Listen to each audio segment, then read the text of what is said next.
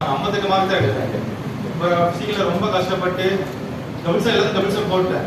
ஆனால் chest மிஸ்ஸில் 4.50 metre 70 கரெக்டாக 70 second ஒரு பீஸ் ரோப்பான பீஸ் ஒரு பீஸ் ஏறிட்டேன்.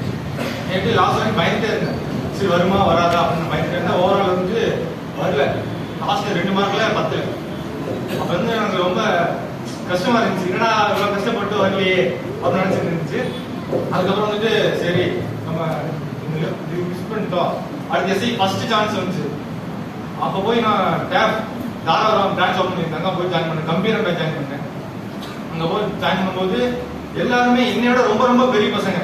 இருக்குல்ல நான் தான் ரொம்ப சின்ன பையன். எக்ஸ்பீரியன்ஸு கிடையாது. நான் அவங்க கூட ஃப்ரெண்ட்ஸ் ஆகி நல்லா கிளாஸ் கவனிச்சு என்ன சொல்றது, ஒருத்தங்க நானும் படிக்கிறத விட ஒருத்தங்க கிளாஸ் எனக்கு சொல்லி தராங்க அப்படிங்கும் போது அதை கவனிக்கும் போது நல்லா புரியும். அப்புறம் என் ஃப்ரெண்ட்ஸ் எல்லாமே அண்ணா அக்காவாக தான் இருப்பாங்க.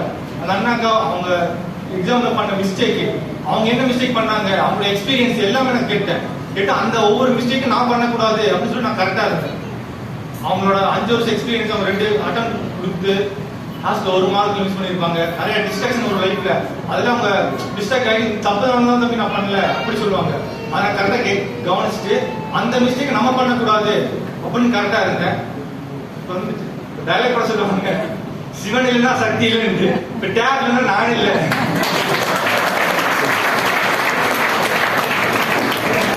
இப்போ வந்துட்டு என் மேல யாரும் நம்பிக்கை வைக்கல. விவேகானந்தர் கூட ஒரு டைலாக் சொல்லியிருப்பாரு, மேல நம்பிக்கை இல்லை அப்படிங்கும் போது கடவுளே வந்து நேரில் வந்தாலும் ஒன்றும் பண்ண முடியாதுன்னு சொல்லியிருப்பாரு. ஆனா என்னோட கடவுள் எங்க அம்மாவே மேல நம்பிக்கை வைக்கல.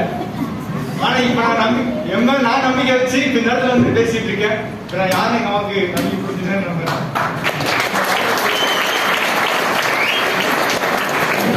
அது ரொம்ப ரொம்ப ஹெல்ப்ஃபுல்லா. அதாவது பிசிக்கு எப்படி படிக்கணும்னு தெரியாம இருக்கு. ஆனா இவங்க டேப் கம்பீரம் போய் சேர்ந்து அவங்க சிலபஸ் வைஸை கரெக்டாக முடிச்சு கொடுத்தாங்க.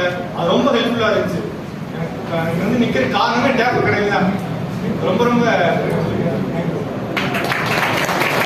மாரி சார் வந்து ரொம்ப பிடிக்கும். அந்த 2 days ப்ரோக்ராம் வந்தேன். ரொம்ப பயங்கரமா கவனிச்சுக்கிட்டாரு. எப்பயுமே சிரிச்சு வந்தாரு.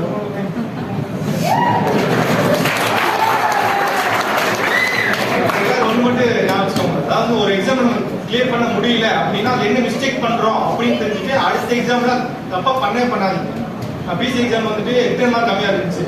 ஆனா இப்போ எஸ்ஐ எக்ஸாம்ல 8 மார்க் கொஞ்சம் அதிகமாக தான் வச்சிருந்தேன் கட்டாம. இப்போ நமக்கு ஒரு சான்ஸ் போகுது, ஒரு இந்த பிசி வாய்ப்பு எனக்கு கிடைக்கலன்னு நினைச்சேன். ஆனா இதை விட பெட்டரான சான்ஸ்க்கு நான் வரணும்னு நினைச்சேன். அதே மாதிரி ஒரு கிடைக்காம போச்சுன்னா நமக்கு அதோட பெட்டரா ஒன்று கிடைக்கும். நம்பிக்கை வச்சு ஃபுல்லா ஒரு எஃபெக்ட் போட்டுருங்க. நீங்க போற எஃபெக்ட் எல்லாரும் போற எஃபெக்டோட ரொம்ப அதிகமா இருக்கும். அப்புறம் லாஸ்ட் ஒரு டைலாக் சொல்லி முடிச்சுக்கிறேன். Work hard in silence. Your success may be your noise. அதாவது நிறைய பேர் வீட்டுல பாத்துருப்பாங்க, என்ன சும்மாவே சுத்திட்டு இருக்கான்னு நினைச்சிருக்காங்க.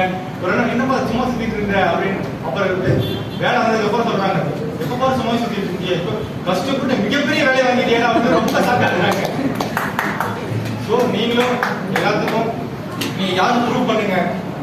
உங்க அம்மா அப்பாவுக்கு நான் நல்ல வேலைக்கு போயிருவேன் அப்படின்னு நம்பிக்கை கொடுங்க. அதை நல்லா பார்த்துக்கோங்க. தேங்க்யூ.